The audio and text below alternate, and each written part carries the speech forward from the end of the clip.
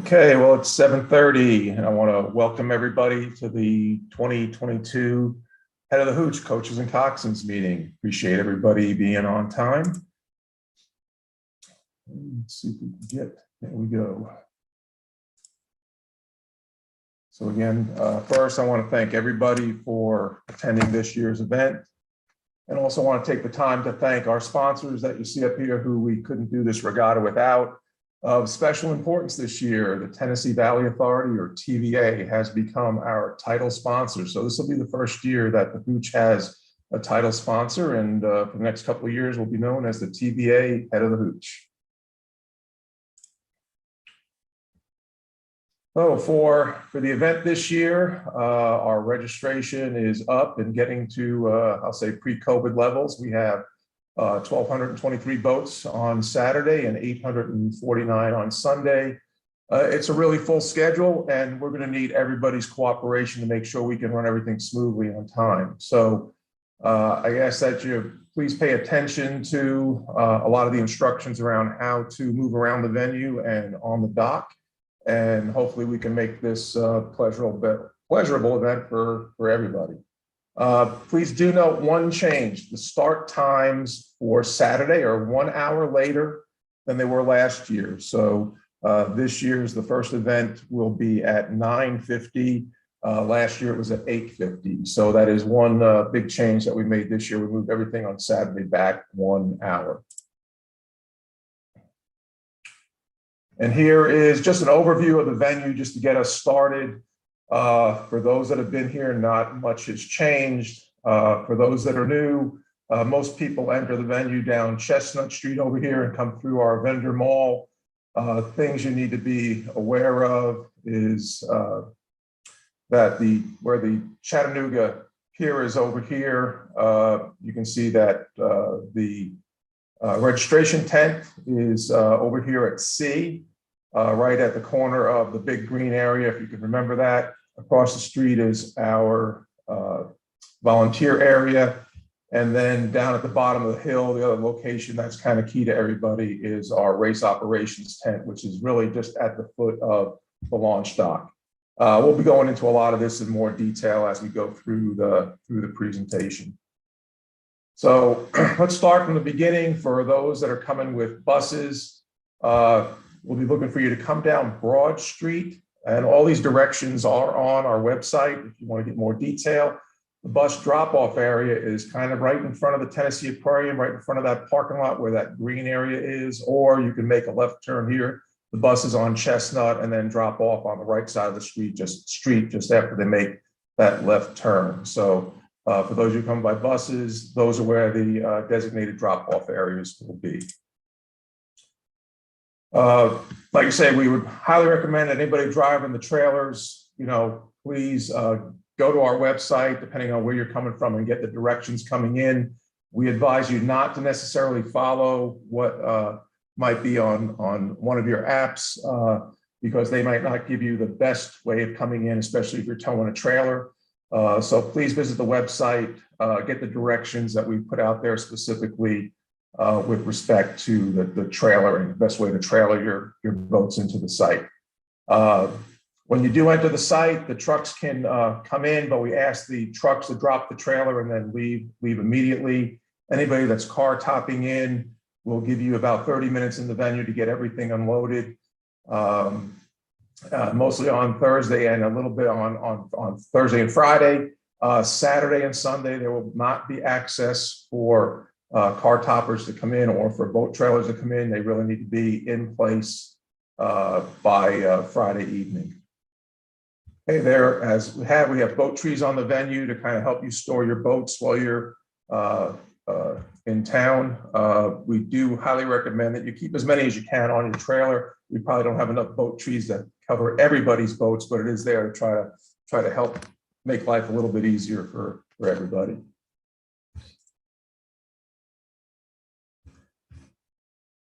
So for Saturday, when you're some of the teams that look to leave Saturday night, we ask that you will not be able to enter the venue to probably after 7 p.m. Saturday evening. There'll be no access on Sunday from 6 a.m. to 4 p.m. And that may be delayed depending on how the regatta is going and what kind of boat loading is being done in the parking lot. So if you're looking to get out early Sunday morning, we highly recommend that you work with us and get your trailer out of the parking lot Saturday night. Okay, for the schedule for the weekend, Friday will be our practice session from noon to 6 p.m. We will stop launching boats at 5:30, so the docks will close at 5:30, and we will expect everybody to be working their way off the water by 6 p.m. that night. You will need to swing by the registration tent if you plan on going out for Friday, and you will receive a wristband, and we will be checking those on the dock. That's just to make sure that everybody that's going on the water has already submitted and signed their waivers. As I said earlier, the first race on Saturday will be at 9:50 a.m. The first call will be at 8:50 a.m. Sunday first race is at 7:50 a.m. and first call will be at 6:50 a.m. So we will be reverting back to Eastern Standard Time Saturday night going into Sunday. So remember that you will need to set your clocks back an hour on Saturday night. Okay, registration hours. Registration will be open on Friday from 11 to 6 p.m., Saturday from 8 to 6, and Sunday from 6:30 a.m. to 1 p.m. Bow numbers, we're not going to let you pick up your bow numbers unless all the waivers have been completed. When you're picking up your bow numbers, just to try to keep the confusion and the crowdedness in the tent, please just come with 1 to 2 coaches or minimize the number of coaches that you need to come and pick up all your race packets. Weigh-ins will be from 1 p.m. to 7 p.m. on Friday, Saturday 7 a.m. to 5 p.m. and Sunday 6 a.m. to 11 a.m. You just need to weigh in once for the whole weekend, and we would advise you that you need to weigh in at least 1 hour before your race, if not sooner. And I would say you probably want to do a little more than 1 hour. I mean, if you weighed in 1 hour before and tried to get up to the start line, that would be a pretty tight process. So let's try to get weighed in well before 1 hour before the race. And coxswains do not have to weigh in. Okay, at the request in the team tent area, Chattanooga Fire Department has asked that there's no cooking and no generators running in the team tent area or the viewing area, and chafing dishes, things like that are allowed in the team tent area. Cooking is permitted across the street from the team tent area toward the aquarium, actually between the 2 aquarium buildings. No cooking trailers or mobile generators are going to be allowed. We just ask that if you have portable units are permissible there. If you are bringing cooking gear, it's a requirement that you have a fire extinguisher in case there's an emergency. Okay, launch times. If you look at our schedule, which is published on the website, it'll give you all the race times. It'll also give you the launch times. Crews need to be at the bottom of the launch ramp, the concrete ramp or the aluminum ramp, ready to go onto the dock at their launch times. So please try to give yourself enough time as you're getting your crews ready to be pretty close to the dock by the launch time. Like I say, it's imperative to keep everything on time and get the number of boats that we need to get down the course. Please be at the launch dock on time. Early in the morning on both days, we will use both the launch and recovery docks for launching. That'll happen for the first 5 races of the day. So if you wanted the first 5 races, just remember that the recovery docks, you can use those to launch from.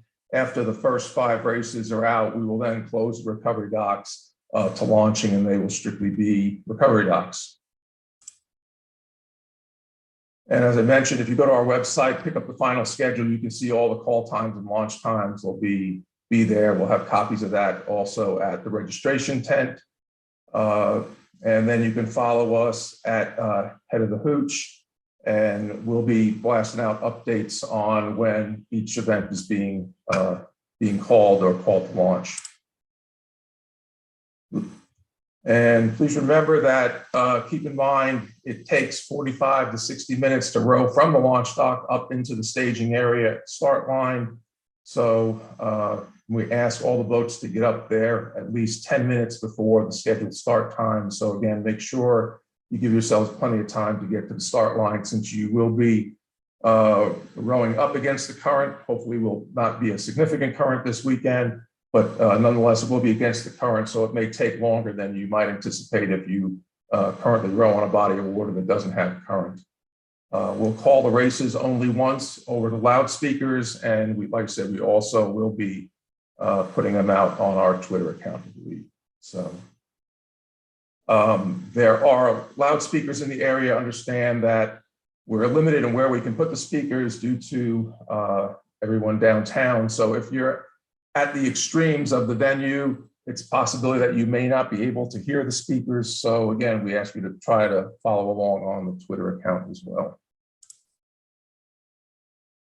Okay, once you're called, a couple ways, and we'll show a map here in a second. There's an aluminum ramp that leads down to the launch dock, as well as a concrete ramp that goes by the Southern Belle, which is a boat that's docked along the river. Just as a warning, that aluminum ramp is kind of steep, and if it's in the morning and there's any kind of moisture or dew on that ramp, it can be a little bit slick. So coaches, just keep that in mind. The concrete ramp, which is not quite as steep, is definitely the safer way to go. We advise on the dock not to wear flip-flops. Try to wear a sturdier shoe just for safety reasons. And if you go to our website and you want a little bit of a refresher for coxswains and crews, there's a link, and you can find it on our website to kind of give you a quick synopsis of things the coxswains and the team need to know about for launching and stuff. Okay, the race operations tent is again right by the launch dock. That's where you'll find the judge referees, the dock master, and our safety team all operate out of that tent. So if you have any issues where you need to talk to any of those groups, that's where you can find them. We will start checking boats, bow balls, and foot gear on Friday, and putting tie wraps on the bow ball like most regattas do. So judge referees will be circulating on Friday to try to get a jump on that. If your boat's not checked, it will be checked at the top of each of the ramps. There'll be either volunteers or officials there to check the boats out and make sure all the safety equipment is up to snuff before you head out onto the docks. If you have been checked previously, don't be surprised if we spot check a boat here or there, even if you do have a tie wrap on it. When you get your bow numbers, you put them on the boat, make sure that that bow number is secured. If you have a loose bow clip, you may want to put a piece of duct tape or something on that to make sure that that bow number doesn't fall off during the race. And for those, the bib numbers, which will go on the back of the bow person in the boat, please make sure that that person puts that number on the jersey that they will be racing in. You'd be surprised how many people put that on an outer layer, a sweatshirt or a long sleeve shirt, and then take it off right before the race and put the bow number in the bottom of the boat. So just keep in mind what you're going to be racing in before you put the bow number on it. All right, so let's talk a little bit about the patterns for getting your boats down to the dock. Again, the tent area is over here. Again, this is the vendor mall to get everybody oriented, Chestnut Street. This is the big green, we call it the green, where the boat laydown area and all the boat trees are. And then there's the big trailer parking lot over here where a lot of the boats will be coming out of this.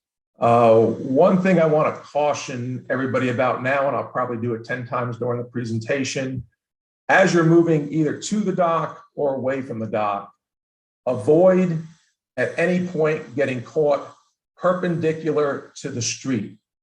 May not seem like a big issue when you're trying to get to the dock, but believe it or not, if a boat gets kind of stuck here because it gets backed up across the street, that impedes the boats that are coming up from the recovery ramps to get back to their trailer.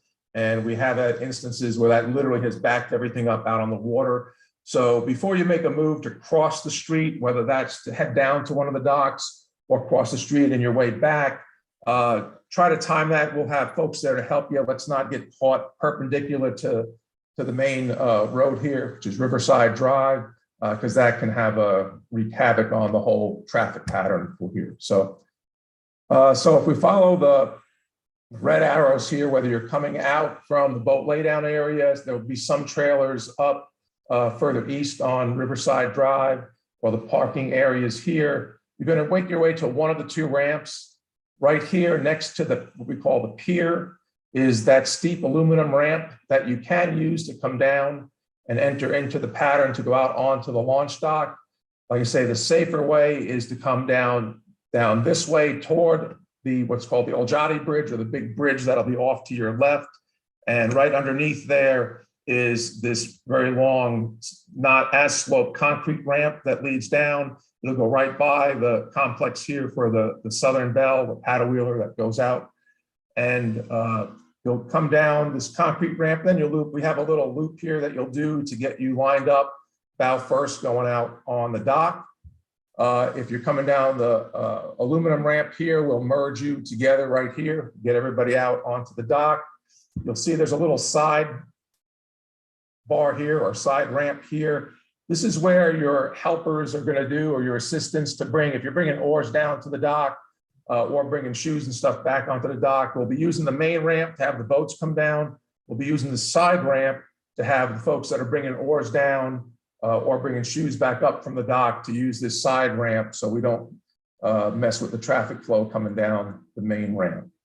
So, and you will not be able to, somebody's gonna check to make sure before the boat goes on the dock that you're set, somebody standing there with your oars ready to go and kind of match up with the boat as it's coming down the ramp. So make sure that you've got people that can help you with your oars. We're not gonna allow you to bring the boat down onto the dock and then run back on shore to pick up your oars. You need to bring somebody with you that's gonna bring those oars down on the dock with you. Okay, this is just a little more blow-up view of that ramp that goes down and this loop onto the water. So again, the launch dock. Once you launch, we'll push you off, and we'll show here you'll be going down underneath the Oljati Bridge and looping up toward the start line. Just an aerial view, an actual view of as you come down the ramp. You'll make this turn. We'll have that taped off or marked off, so you'll understand how that loop works to bring the boats out onto the ramp. This is out onto the dock. And then this is the aluminum ramp I've mentioned that you'll have boats coming down from the street. And then we'll merge everybody right in this area. We'll take turns getting onto the dock. This is your side ramp for all the assistants that are bringing the oars down to the dock. If you look up here, what I was mentioning, as you start to see the boat traffic, this is where we're trying to avoid getting caught perpendicular on the road up here or down underneath the bridge, similar circumstance, because it can kind of back everything up, as I said. All right, so when we look at how many boats we got to put on the dock, we ask that for, singles, pairs, doubles, that there's one person to assist with the oars and the shoes. And then if you have a 4 or a quad, you can have 2 people assist. And for an 8, there should be 3 people that can assist with the oars and the shoes. Please try to keep everything moving on the dock. As I said, we have a lot of crews that we have to get launched. If you violate these rules and we start to see you slow down and not get the boats off the dock or not have your oars ready and you're on the dock, there's the potential of being assessed a 60-second penalty for not following procedures on the dock. So, and again, there will be absolutely no launching from the recovery dock other than those first 5 races during the day.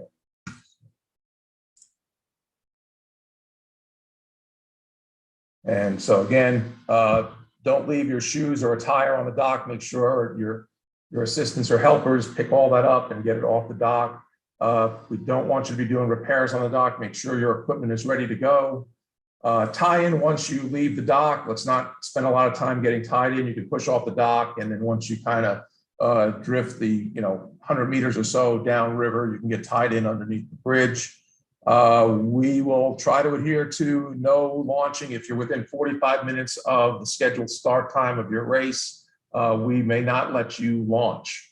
So knowing that it's going to take at least 45 minutes to get to the start line, If we start getting in underneath that time slot, we may not let you launch knowing that you can't make it up to the start line in time for your race. For those in town locally, and everybody knows this, there's no launching from the UTC barges or the Lookout Rowing Club boathouse. And please, no animals are allowed on the dock. Yes, that rule was created because we had that issue in the past. So as much as we love your pets, we don't need dogs running around on the dock while we're trying to launch old boats. So now the traffic pattern leaving the dock. So as you come down the launch, you'll be pushed off on either side of the dock. You'll come downstream. Once you get down below the bridge, like I say, this is the area where you can start to get tied in if you're not already. And then there'll be two large yellow buoys sitting just downstream of the Olgiati Bridge. You'll make a turn around those buoys, and then you'll start heading up to the start line on the far shore from where you launched. Okay, so again, around the bridge, try not to drift. The current is flowing in this picture from right to left. Try not to let yourself drift too far down here before you make that turn. It's just going to make your trip up to the start line a little bit longer. Okay, so this is, again, just an actual aerial view of where the buoys are, making the turn, and then heading up this side of the shoreline. And then you can see where the finish line is oriented. So you're way over on the shore, away from the start line, finish line. Okay, just for those that were not here last year, we did shorten the race course last year. It is now 4.5 kilometers. It used to be a 5,000 meter course. We have moved our start line to a shore-based start line. Historically, we have always started the race from a boat out in the river. This has given us a lot more stability and safety with respect to our start line. So this is a permanent change for the regatta going forward. And we have adjusted all the Masters handicaps accordingly. Again, just to show the entire race course now, we've already discussed coming through the Olgiati Bridge, turning upstream. You're going to follow the shoreline up over here. Be aware when you get up into this area up over here, there's a series of power lines that cross the river. Right in that area, there's a small shoal. We will have that marked with buoys, but just be aware that as you come through this kind of little turn in the river here on the far shore, and it's right near the power lines, there is a little shallow area, and we will have it marked with buoys, but it's always best to be aware that that's there so that you're not hugging the shoreline too closely as you come into that area. And then you'll continue up basically right underneath the Chattanooga Golf and Country Club, which sits here, and then move up into the start area where you'll see 3 numbered buoys here to kind of help you get set up to get ready to enter the starting chute.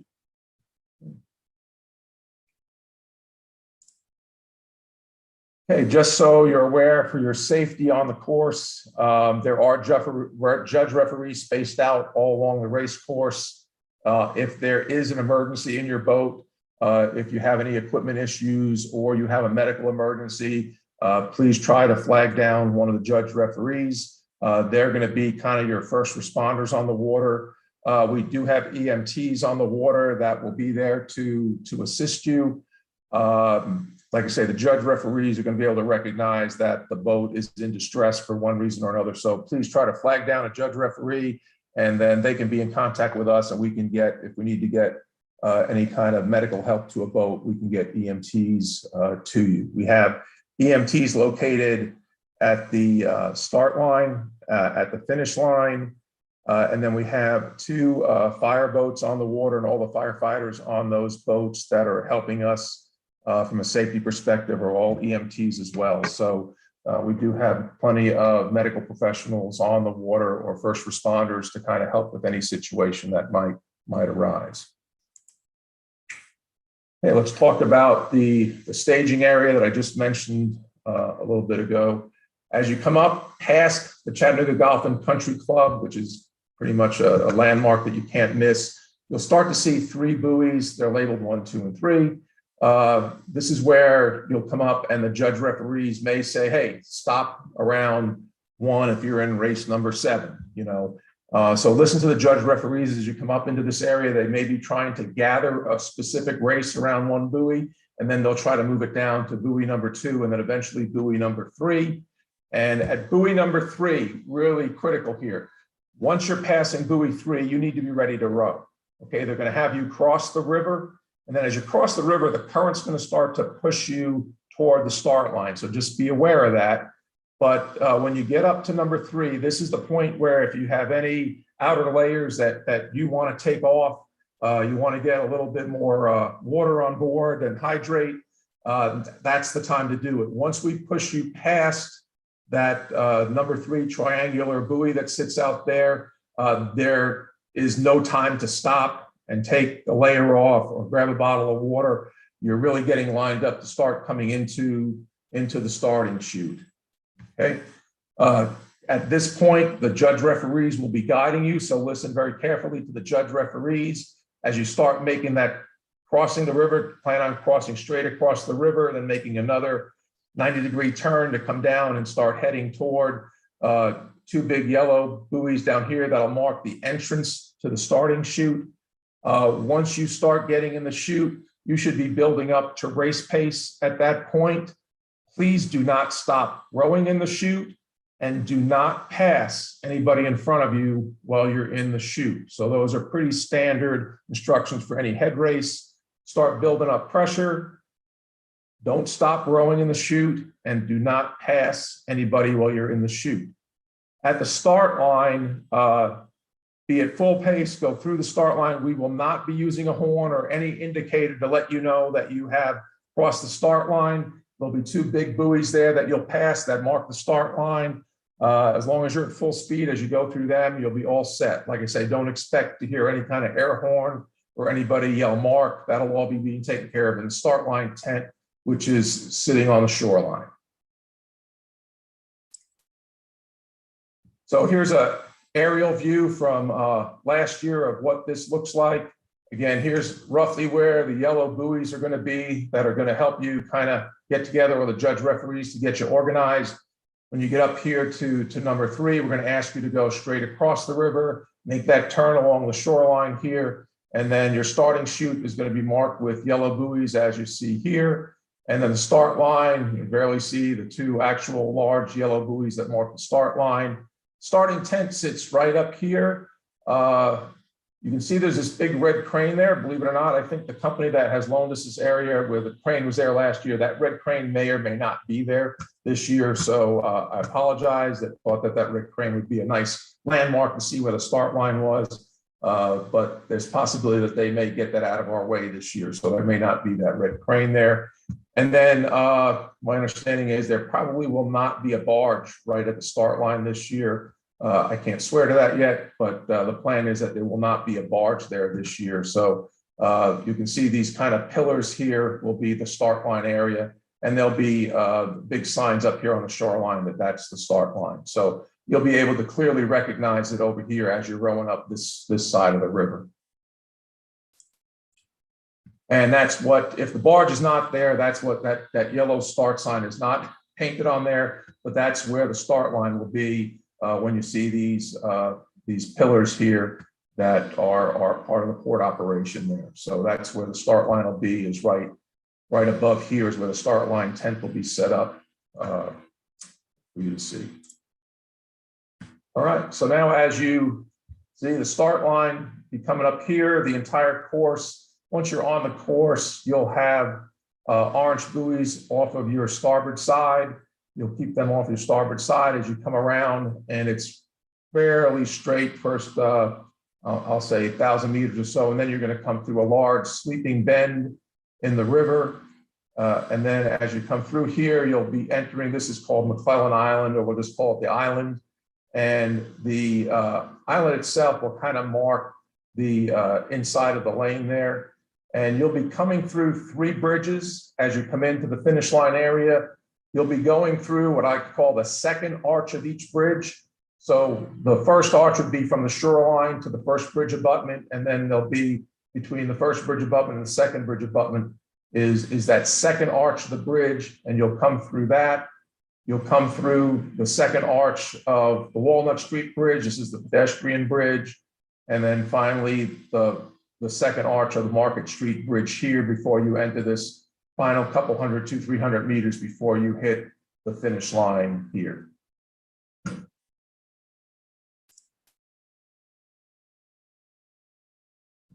Okay, so just as a warning, the buoys that we use are, if you have not rowed a fall season before, they're, I think they're 1 or 1.5 foot in diameter, pretty sturdy plastic buoys. They're not like the little tiny buoys you have during the spring season. So while it's clearly okay to put your oars over the edge of the buoys if you want, I wouldn't advise it. They're fairly large. They probably will catch your oar blade or your rigger. So like I say, I would try to keep them several feet off of the starboard oars as you're coming around that big turn, excuse me. Yielding and passing rules, a boat is considered to be overtaking another boat when it's less than 1 boat length of open water between the 2 boats. And when that becomes the case, the boat that's being overtaken has to yield by moving to the outside of the turn or the longer path to allow the overtaking crew the shortest distance on the course. Not doing so can result in a penalty being assessed for obstructing the overtaking crew. And so it looks a little bit like this. If the blue boat is starting to encroach on the red boat needs to move to the outside of the turn and allow the blue boat the shortest course toward the finish line. So the recovery dock, now that we've finished the race, again, there will be no horn to designate that you finished the race. Row through the finish buoys. That way you'll know you have finished the race if you make it to the buoys. And then once you pass those buoys and go through the finish line, you can go down to a paddle, but we need you to keep rowing. Okay, with all the boats coming down, the last thing we need to do is to cross the finish line and then stop rowing. So bring it to a paddle, coxswains, and row the boat out. You'll actually row past the recovery docks in the center of the river. We'll have a picture of that here in a second. And there'll be some buoys now on your port side. You don't want to cross those. You want to keep those on your port side. It's going to kind of push you into the center of the river. And then once you get into that area, there'll be judge referees and marshals on the water there that'll tell you when to turn and to head into the recovery docks. This would be the time, if we're going to priority launching or priority seating, if you have a priority launch card, I'll explain the details on that in a minute. This is the time to show that to one of the marshals on the water so they can try to expedite your return to the recovery docks. Okay, this year we're trying something new. We've had issues in the past with people understanding our instructions to how to get to either one of the 2 recovery docks. The outside dock, which we've called number 1 dock or the long dock, will now have at the base of it, you'll be able to see one of these large red tube men inflated to help you guide yourself toward that dock. If they say head to the red tube men, you'll know that means your outside recovery dock. Likewise, on the inside recovery dock, which is a little bit shorter, there'll be a blue tube men in that. So we're going to be using those as the visual references to get you to the dock that has openings in it to get everybody into the dock and out of the water. As you approach the dock, you know, the volunteers on the recovery docks will help you in assessing whether, hey, you're going to go on the left side or the right side of the dock. So again, the marshals, the judge referees in the finish line area will get you directed toward a dock. And then as you get closer to the dock, listen to our volunteers, which will try to direct you to where they know openings are happening or are in the dock so that we can get everybody in and out of the water quickly. Please be aware of the current that will impact as you approach the dock. You can use that to your benefit. If you're on the upstream side of the dock, it will help gently push you right into the dock. If you're coming in on the downstream side of the dock, you will need to kind of point a little bit, I'll say upriver into the current as you approach the dock to make sure that you don't get pushed away from the dock after you get there.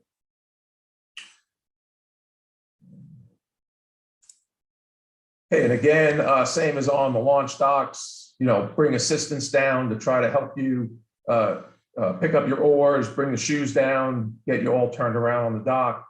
Again, same thing with the assistance for singles, doubles, pairs. Please just have one assistance for fours and quads, 2, and for 8s, 3 people. Unfortunately, everybody's got to go up and down the same ramp there. We don't have a nice side ramp like we do on the launch dock, so just be careful with all the boats that are moving off the dock there. Okay, again, as you make the turn here to see it visually, you're going to come through the finish line, stay on the paddle.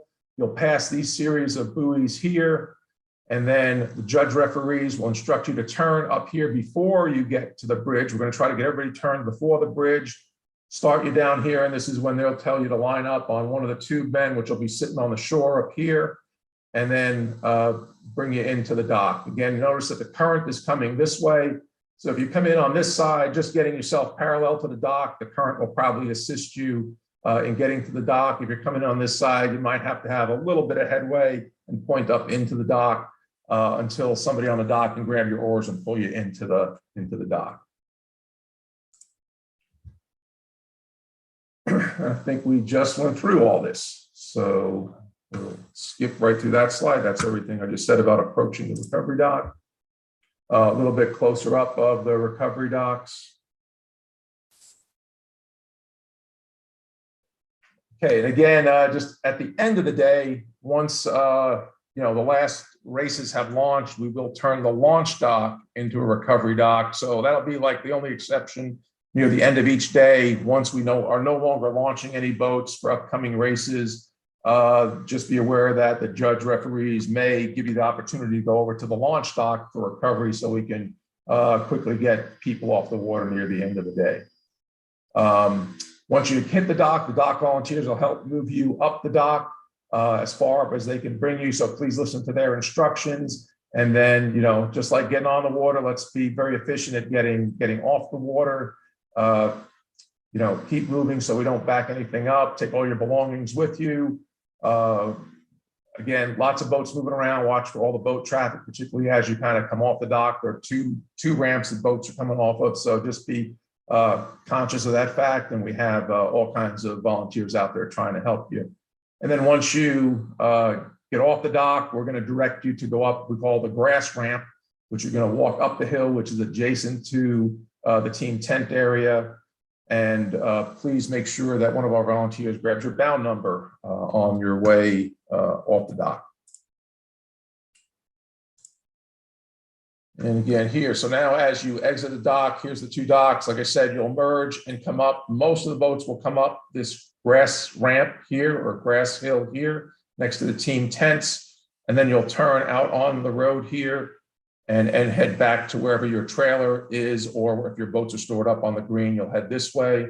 If your trailer happens to be parked down this end of Riverside Drive, then you'll take a path straight up. There's another long concrete ramp up here. And then once you get up here, you can turn either right or left, depending on where your trailer is.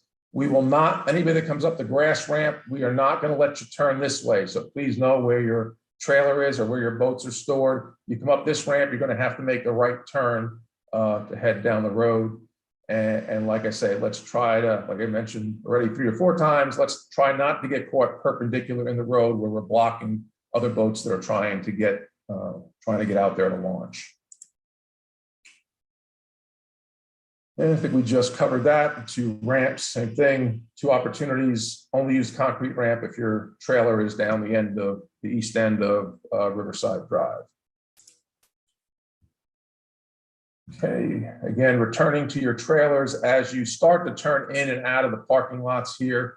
Again, don't block the road. One of the areas that we see a lot of congestion is right here. So there are boats coming out of the parking lot. There's a kind of a little path here where a lot of boats come out of the trailer park here and head over to the ramp. And a lot of times this is probably our biggest area where people get caught perpendicular in the road. And what happens is there's boats that are returning from their races and maybe you're trying to get to a boat trailer up here. All of a sudden this gets stopped up because there's a boat that gets stuck across the road here. And what happens then is that this backs everything up, and all of a sudden we're backed up out to the water. And it happens pretty quickly, particularly midway through Saturday morning when we have a lot of eights races and there's a lot of equipment to get off the water. So again, just be conscious of that. The other thing is that the roadway here, there is no boat storage in either of the two traffic lanes on this road. Last year, we had an issue with crews going out and putting slings out into the roadway for two reasons. One, it helps with our boat traffic, but also for emergency response purposes, we need to keep both these traffic lanes open. If the parking lanes are open, that area is free game. Most of the trucks are parked along there. But again, the two main traffic lanes, do not set your slings up in the two main traffic lanes up there. We will try to find you and ask you to move your equipment if you leave them in the road. Okay, priority launch card. So hot seating is not permitted. We do have kind of a special procedure here for how we handle boats that have to hot seat or crew members that have to hot seat. So before you're going to hot seat, the boat that's coming off the water that's going to have to be turned over quickly, or crew members are going to have to be turned over quickly, you need to pick up a priority launch card from the race operations tech before you launch. That's to be carried by the coxswain in that first race. As you approach the recovery dock, and as you see the officials at the turn after the finish of the race, please let them know that you have a priority launch card. And we're going to try to direct you to the inside dock, the shorter recovery dock, which makes it a little bit simpler to recirculate that boat into the stream of boats going to the launch area. So make sure you have the card, show the card. Hopefully we get you to the inside dock. And then we'll take you up and loop you around. There's a drawing coming up here in a second, which will make it, I think, more self-explanatory. Do not try to come back to the launch dock. If you're hot seating, you still have to come into the recovery dock. There was nobody going back into the launch dock. So it's not a true hot seat where you're coming into a dock, changing crews and pushing back off. You're going to come into the recovery dock. The boat will be coming out of the water. If you try to go into the launch dock, you will be disqualified. As a rule of thumb, you should have at least 90 minutes, and I say at least 90 minutes between the races you're trying to hot seat. So if your first race was at 10 o'clock, you should not be trying to hot seat for any race that's earlier than 11:30 in the morning. So again, 90 minutes would be the minimum. I would highly suggest you have almost 2 hours to be able to even do the hot seating procedure, but 90 minutes would be the least as far as finishing the race, getting the boat off the water and getting you back on the launch dock, at least 45 minutes before the next race. So this is what the priority launch card looks like. So this is what you'll pick up at the race operations tent. And then, so when you come in, you'll come in this area, you'll show your card to the referees and the launches up here. They will try to direct you into the short recovery dock here. And then when you have to pull the boat out of the water, the boat's going to come out of the water here, and then you're going to turn on the concrete hard edge here, and you're going to turn, and rather than go up the grass ramp or this concrete ramp, you're going to turn and you're going to come along this concrete pathway here. You're going to go underneath the pier, and on this side, you're going to come up and get right in line to go back out on the launch dock. So in this process here, you'll be swapping crew members and bringing the oars down with the boat to bring them back through. So you're going to go through the same normal launch procedure. You're just going to be entering from this other, I'll call it third path, to get to the launch dock. Okay. Okay, so if you have an appeal, something you didn't like happened in the race, or you got a penalty that you didn't think was justified, you can file a protest with, or an appeal with, the ombudsman, and he will be in the race operations tent, again, at the foot of the launch dock. So if, like I say, if you've received a penalty that you don't think was fair, that's where you would go and lodge any kind of complaint. Understand a couple things that, if a third party, a judge referee, has to call interference, if you feel you were interfered with and it wasn't called by a judge referee, We are probably not going to assess a penalty, based on an explanation from somebody inside one of the crews. We really need to have a third party, a judge referee, that has to see the interference call. And again, the ombudsman is right in that tent. And if you're seeking to get the results changed, you need to be there within 60 minutes of the race, or the last boat in that race finishes. So if we don't have an appeal within 60 minutes of the last boat finishing that race, we will make that race official. So again, just realize that you are on the clock if you want to appeal anything from a race. So we will post as the boats cross the finish line. You will see unofficial times will be popping up online as they cross the finish line. The unofficial results will be posted, online as soon as the last boat crosses the finish line. If there are no unresolved appeals, that race will be made official 60 minutes after the race. And after 60 minutes after the last boat finishes that race, we will not accept any other appeals about that race. Okay. Again, the penalties are all on our website if you want to review the whole penalty list. But understand that to get the 2,100 boats all launched in a day and a half, we need everybody's help on the docks again. So if you don't get out on time, we will enforce that. From the time 8 enters the dock, we expect you to be off the dock within 3 minutes. And for all other boats, we expect you to do that in 2 minutes. So we are trying to monitor that so that we keep the boats moving on the specifically the launch dock. So please know that once you get out there, we want you to be efficient at getting your oars, people in the boat, and getting pushed off and getting on your way to the start line. Again, as I said, the list of penalties are up there. We expect everybody to start on time. Late starts may not be permitted.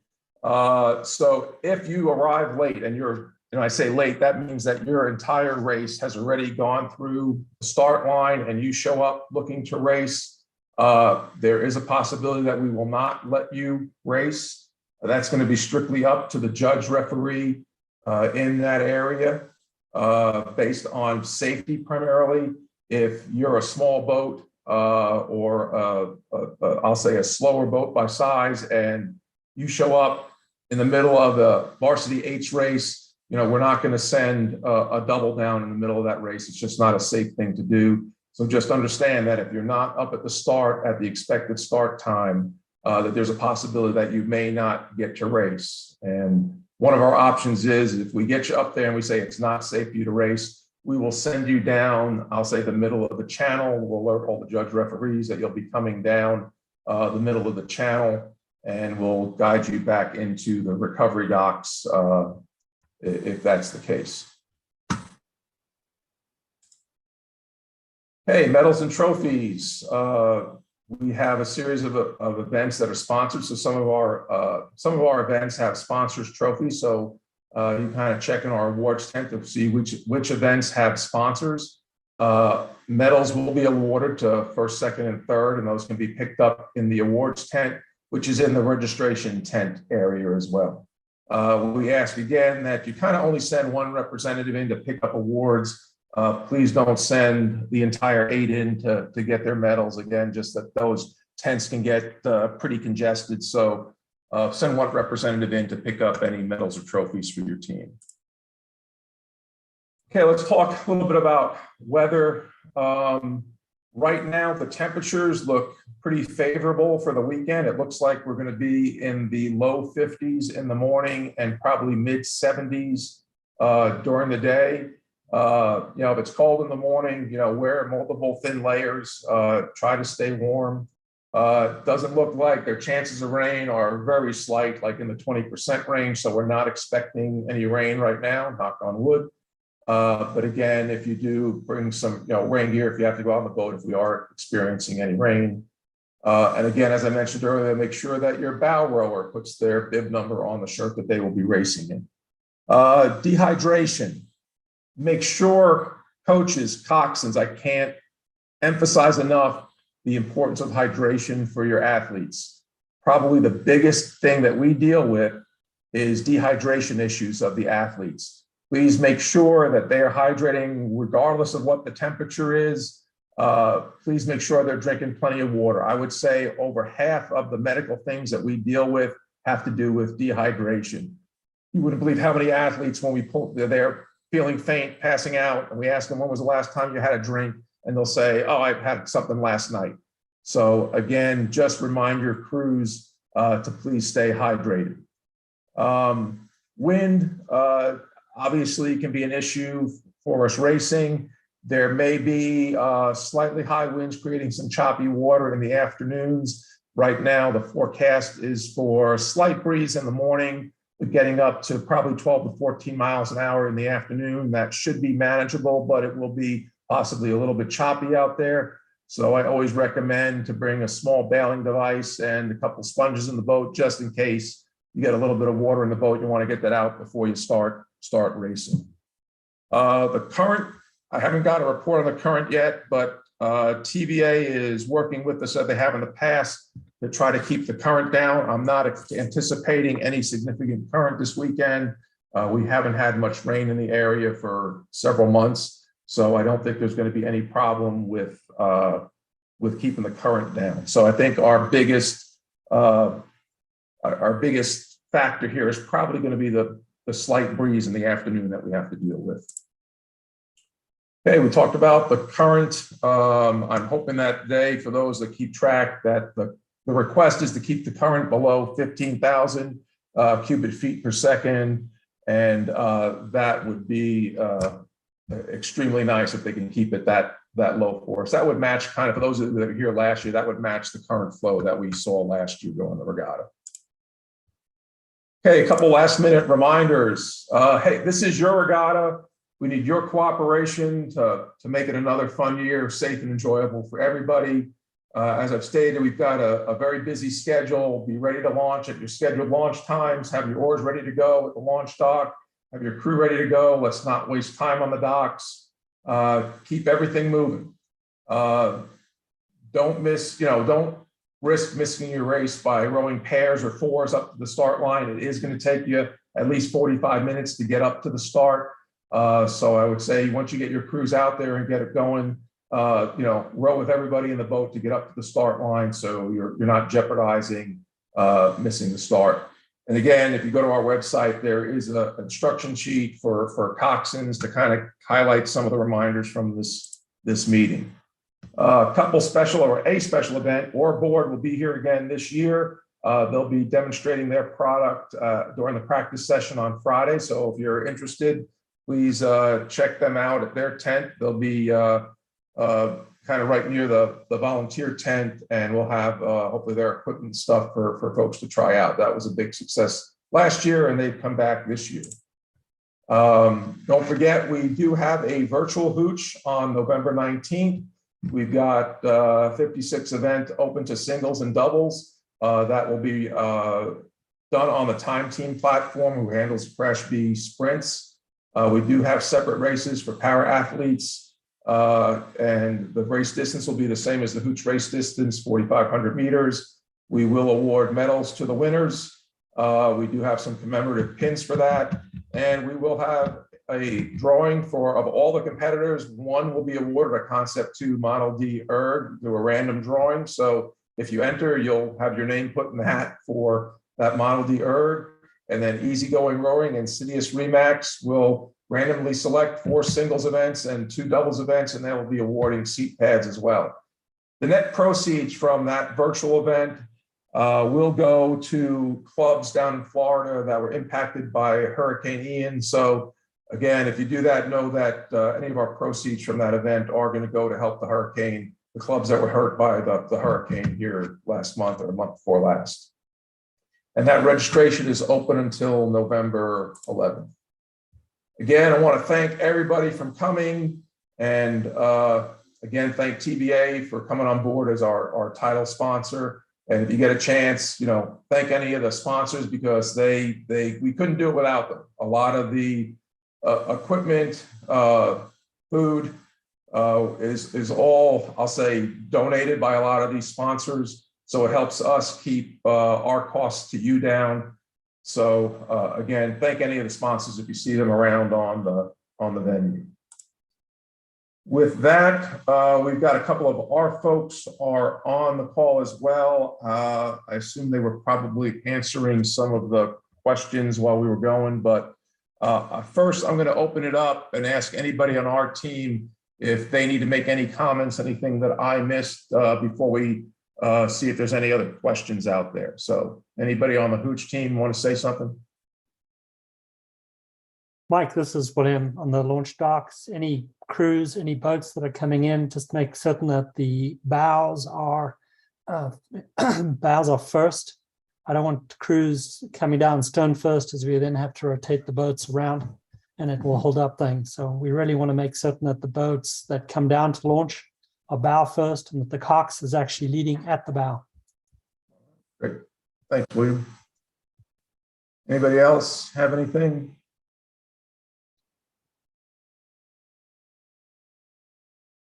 Right.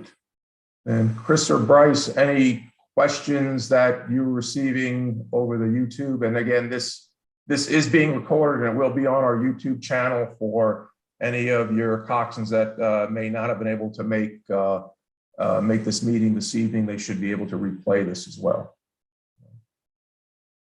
Yeah, we did have a couple questions. The first one in there was asking about riggers coming loose, I guess, during the race, and what happens to their time, or is there a penalty for that? If the riggers come loose during the race, I assume, having had that happen to me multiple times, you're going to have to do your best to make it down the course. If the rigger, if it comes loose and you have a wrench in the boat and you're trying to tighten it, no, I don't think there's necessarily going to be a penalty for that. I would, try not to stay in the race lane if you can to make that repair. If you're heading to the start, what I do is I put toolkits on the two fire boats that are out there. So if you're out there, you notice a rigger came loose, or you need a wrench or something, you can try to flag down one of the fire boats. They have a toolkit on board that I put together that has all the, I'll say, typical tools needed for a rowing shell. So know that those two boats out there do have stuff that might be able to help you. That would be before the race. During the race, try to make the repair and then continue down. I mean, sometimes we have to row down with one less oarsman, but do the best you can on the course. But unless Doug disagrees, I don't think there's any penalty if you have an equipment failure and want to keep rowing. If you can't continue to row, then flag down a judge referee and we'll move you off the course and probably bring you down the center of the channel if you feel that you're incapable of racing the rest of the way. Yeah. Next, go ahead. Sorry, Chris. Yeah, just to follow up with what Mike said, check your equipment before you launch. So make sure that you're good to go. Now, as Mike mentioned, if there's an issue with equipment as you go up to the start, and we believe that it's repairable prior to the start, that will be definitely, like Mike said, flag down a judge referee. We'll help you get it organized, and we'll hope to get it fixed. If there is something that just can't be fixed prior to the start of your race, then as Mike mentioned earlier, we will most likely send you safely down through the middle of the course, and monitoring you along the way and make sure that you get back safely. So. Doug, next question's probably geared more towards you, but there's a question about what if you end up in a situation where there's essentially three boats passing, like one passing another, and someone else is approaching as a third boat. Is there any guidance to yielding for that?